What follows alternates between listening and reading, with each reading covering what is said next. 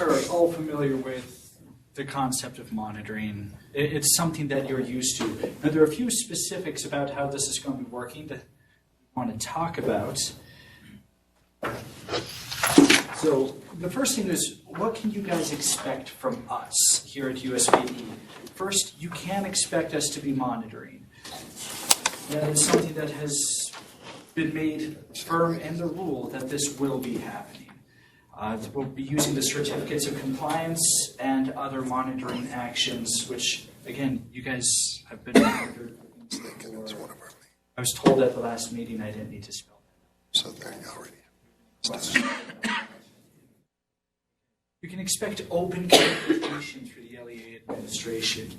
When we come in, we're not going to be sneaking in through a back door to go talk to teacher A at a specific school. We'll be talking with the school fees contact. We'll be talking with the school administration. We're going to be open about this.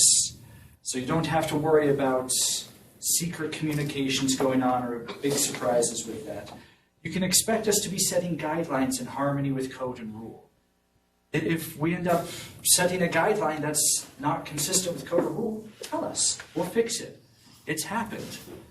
Like, really, we would value your feedback on that. But as things progress, expect us to be fine-tuning that and setting consistent guidelines. There's going to be lots and lots of training provided. We're working on providing online training, on getting videos going, on getting Canvas training going, on providing regular meetings like this. We've been driving around the state to individual schools and regional meetings to help provide training on this. And wherever we can help, we are happy to. Training will be a very regular thing. And then you can also expect corrective action. It has been made mandatory in both code and rule that for non-compliance, we have to do corrective action. Now, that brings up, well, one more slide. So what does monitoring look like? So there's going to be the self-reporting. There's going to be self-reporting with independent validation and independent validation. And again, I've been told that you guys are well acquainted with these, and I don't need to spell out beyond that. But the questions about corrective action is, when will corrective action happen, and what does corrective action look like? As I just said, corrective action is now required for all non-compliance. It's not optional. We're not allowed to give warnings. We have to do corrective action. But what does corrective action look like? Well, it's going to start with a conversation. We're going to come in and say, hey, we found this area of non-compliance. Let's fix it. We'll come in with a plan. We'll talk about it. We'll agree on a fix for the problem, and then we'll agree on a timeline. This will be very simple, very straightforward things. Hey, there's a fee being charged that wasn't on the fee schedule. You should probably fix that. What the solution is, we'll talk about it. Maybe you'll stop charging the fee. Maybe you'll go and get it board approved so you can keep charging it. We'll talk about it together. We'll come to a solution. Maybe something will only take a week to fix. Maybe something's going to be a longer fix. We'll talk about it. So again, we're not going to rush in. We're not going to be a bull in a china shop here. All of these will start with the conversation and us coming together to agree on a plan. Now, what is the flow of corrective action? This is actually spelled out in the rule for how it's going to work. Again, we let you know what's going on. We come together, we agree on a plan. Then the question is, does the plan work? Do you follow the plan as it was outlined?